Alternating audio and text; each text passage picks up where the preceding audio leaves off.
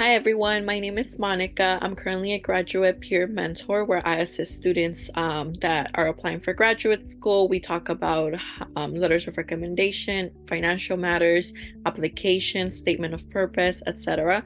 Um, I have experience in these programs just because I'm currently in my last semester of my graduate program in the Family and Consumer Sciences program, where we focus in families, their environment, resources that they might need.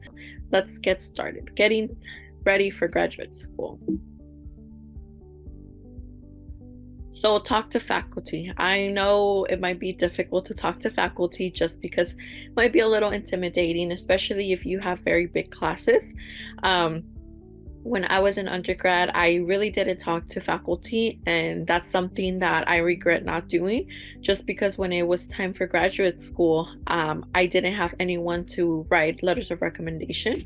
Usually, graduate programs like to have at least one faculty. So it was very difficult for me to even find someone that was willing to write one without even knowing me. Um, so talking to faculty could be right after class. I recommend going to their office hours, sitting down, just talking about their current research, so your interest, their interest, and maybe finding a possible match where you can start assisting them with research, or you can just allow them to get to know you, just because, again, getting to know you will allow them to write a letter of recommendation in case you are interested in applying to such programs.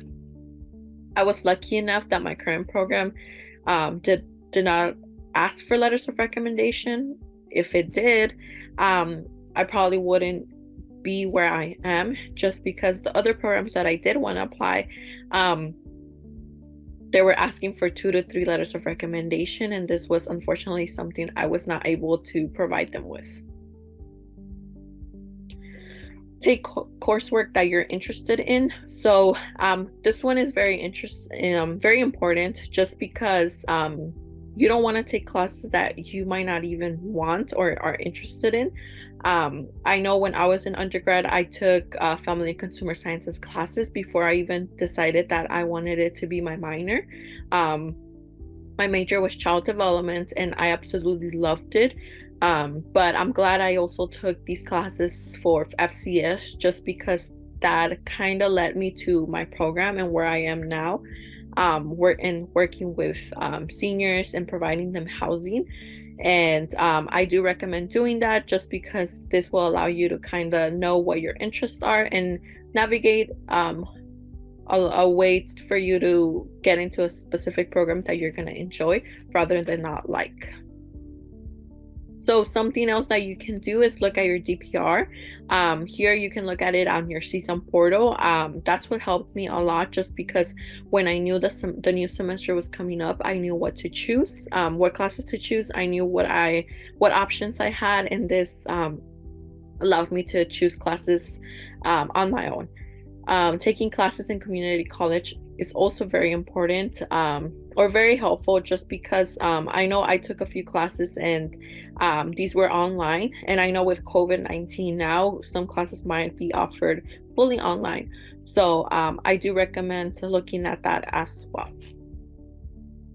So joining clubs and organizations. So looking for clubs that are related to what you're interested in also might be helpful. I know when I was an undergrad, I did JADE, which focuses on eating disorders. Unfortunately, that's not something that I was interested in. However, it ruled out eating disorders for me and led me to maybe figuring out what I exactly wanted to do. Um, I know we have a child development club. We have an FCS club. I know Deaf Studies has their own thing, art, etc. So, um, calling the departments or emailing them, asking them if they have any clubs, could be helpful. Also, CSUN does offer Meet the Clubs, I believe every fall. So going to these and getting to know the clubs would be very helpful as well. And when you're ready to apply for graduate school, attending the age and grad studies workshops to learn about the application process could also be helpful. When I was an undergrad, I attended these workshops, especially age. So it's a very long workshop. However, it's very informative, just because they allow help you with letters of recommendation on how to ask a professor to write you one, statement of purpose, so how to ask how to begin your statement, and sometimes they might even have people that can look at it and edit it. So I definitely recommend attending these workshops.